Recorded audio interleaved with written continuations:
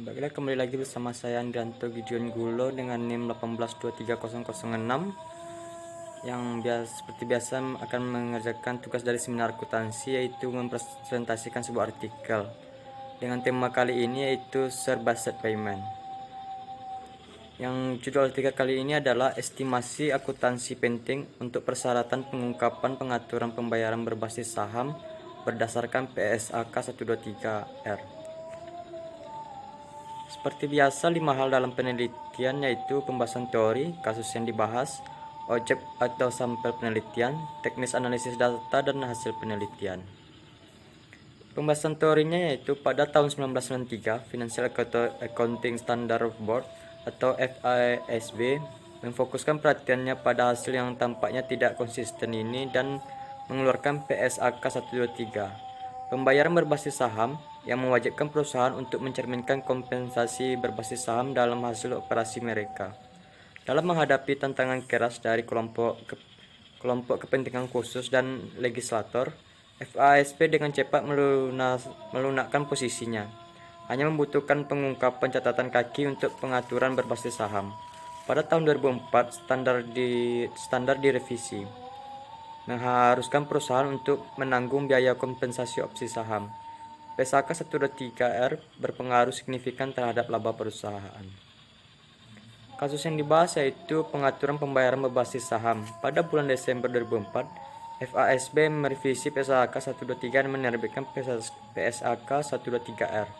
Pembayaran berbasis saham yang mengharuskan perusahaan untuk membebankan estimasi nilai wajar opsi saham karyawan dan penghargaan serupa. PSAK 123R menggantikan PSAK 123 dan menggantikan APB Opini 25. Pada bulan Maret 2005, Staf SEC menerbitkan Buletin Akuntansi Staf atau SAB 107, yaitu pembayaran berbasis saham.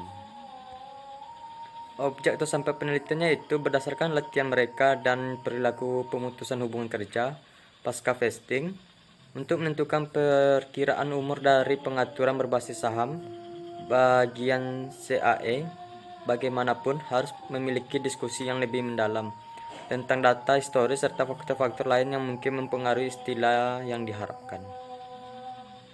Teknis analisis datanya itu penyitaan provisi adalah perkiraan penghargaan berbasis saham yang diharapkan akan dibatalkan sebelum vesting. Manajemen dapat menggunakan informasi historis untuk sampai pada tingkat penyitaan, tetapi harus menyesuaikan tingkat tersebut untuk mencerminkan ekspektasi masa depan. Perkiraan tingkat penyitaan harus direvisi jika tersedia informasi yang menunjukkan bahwa perkiraan sebelumnya tidak akurat. Efek kumulatif dari perubahan estimasi untuk periode sekarang dan periode sebelumnya harus diakui sebagai real up dalam biaya kompensasi pada periode perubahan.